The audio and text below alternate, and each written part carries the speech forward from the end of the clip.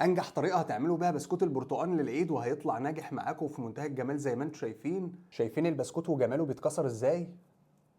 هو ده الكلام الصح، ناعم وبيدوب في البق وطعمه في منتهى الجمال. انت عارفه انت هتعملي كميه قد ايه بكيلو دقيق واحد؟ مفكره الصاجين دول بس؟ اكيد لا، ده انت هتعملي كمان صاج الفرن الكبير، ده انت كمان هتملي صينيه كبيره وصينيه صغيره. شايفين كميه قد ايه ما شاء الله. اول مكون معانا لعمل البسكوت هي السمنه، ويفضل تكون سمنه بلدي كمان زي ما انتم شايفين بدرجه حراره الغرفه، يعني ملمسها معانا اهو زي ما انتم شايفين. مهم ان هي تكون كده معانا. دول 250 جرام، ربع كيلو من السمنه هنحتاجهم على كيلو الدقيق بتاعنا. هحتاج عليهم كمان كوبايتين من السكر البودر، او نجيب سكر ونطحنه. اهم حاجه ان هو يكون بودر معانا زي ما انتم شايفين علشان البسكوت معانا يكون ناعم وجميل. ونجيب بقى الميكسر بتاعنا، وفي حله الميكسر هنزل بالسمنه والسكر بس نضربهم الاول كده مع بعض. هنضربهم كده مع بعض تقريبا 3 دقايق على اهدى سرعه اهو زي ما انتم شايفين كده، وهبدا اعلي السرعه تدريجيا. حلو قوي. تعالوا كده نشوف بقى الشكل بقى عامل ازاي.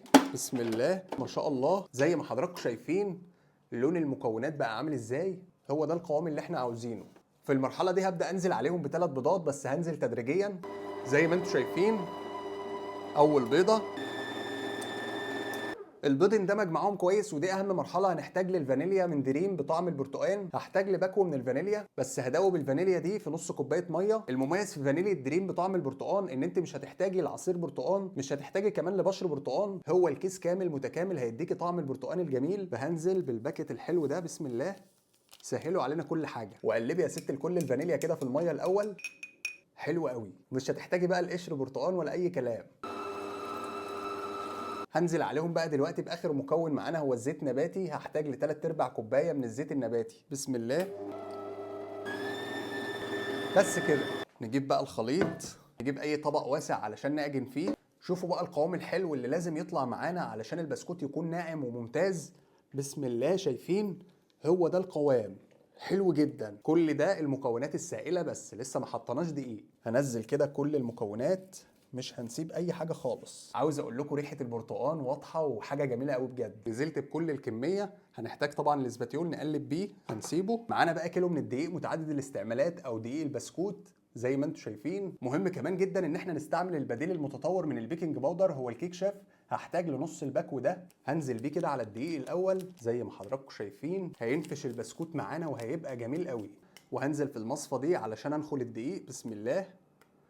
بالشكل الجميل ده، واحده واحده كده هننخل الدقيق زي ما انتم شايفين. اهم حاجه لو لسه بتتفرجوا ما تنسوش تصلوا على النبي عليه افضل الصلاه والسلام. نبدا بقى بالاسباتيول بتاعنا ونقلب كده مكونات البسكوت. شايفين كل التفاصيل والمكونات وجمالها. كله زمان كان بياخد صواني البسكوت الحلوه وعلى الفرن بيسووها. نرجع بقى الايام الحلوه دي. زي ما انتم شايفين العجينه معانا بدات تتلم.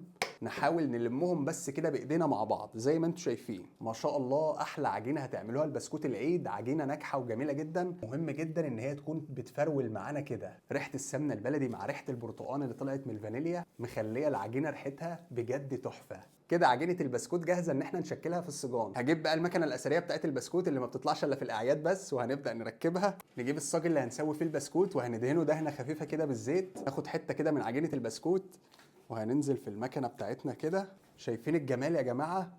والبسكوت شكله طالع عامل ازاي. حلو قوي قوي. نبدا نرص كده بالراحه.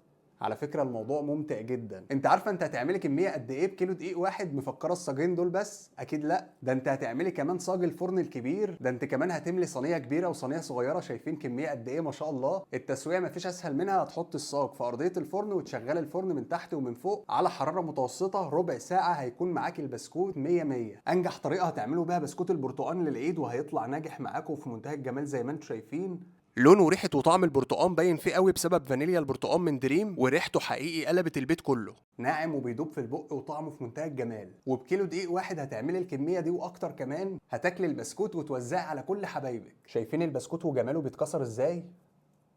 هو ده الكلام الصح. لو عجبكم بسكوت العيد بالطريقه دي ما تنسوش تعملوا لايك وشير علشان اعمل لكم وصفات حلوه كتير. تحياتي ليكم.